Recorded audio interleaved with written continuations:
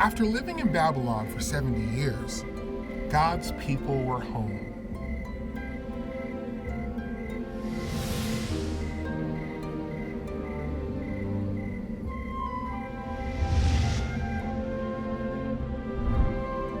A group had returned to Jerusalem to rebuild God's temple. They had started the work, but their neighbors didn't want them to rebuild the temple, so they stopped building. The people made excuses. Maybe it isn't the right time to rebuild the temple, they said. They thought that because the task was difficult, maybe God didn't want them to do it.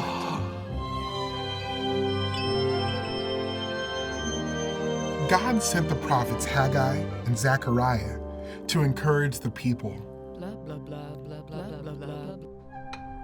So the leaders, Zerubbabel and Joshua, started working on the temple again.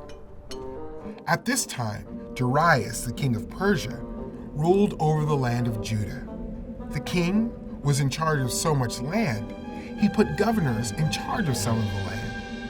A governor named Tattenai noticed God's people had started to rebuild the temple again.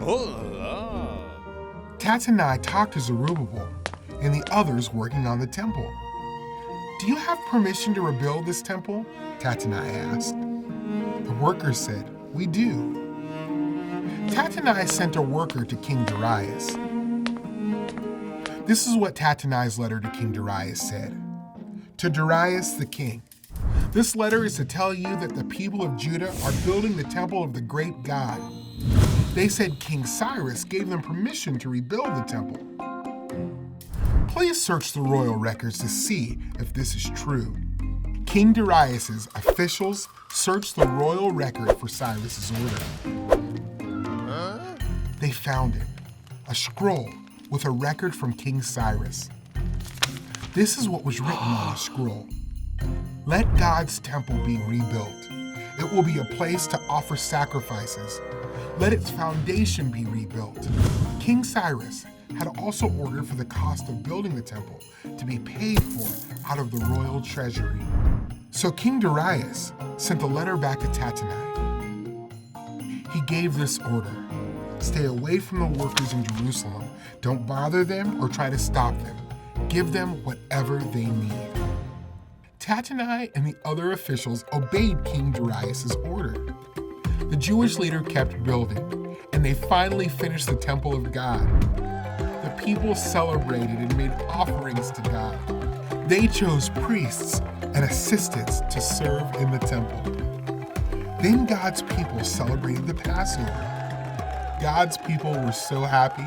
Now, the temple of God was finally complete. God's people rebuilt the temple so they would have a place to worship God.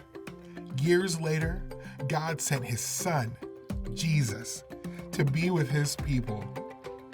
Now God dwells not in the temple, but directly with his people. Jesus provided something better than the temple. He gives us himself.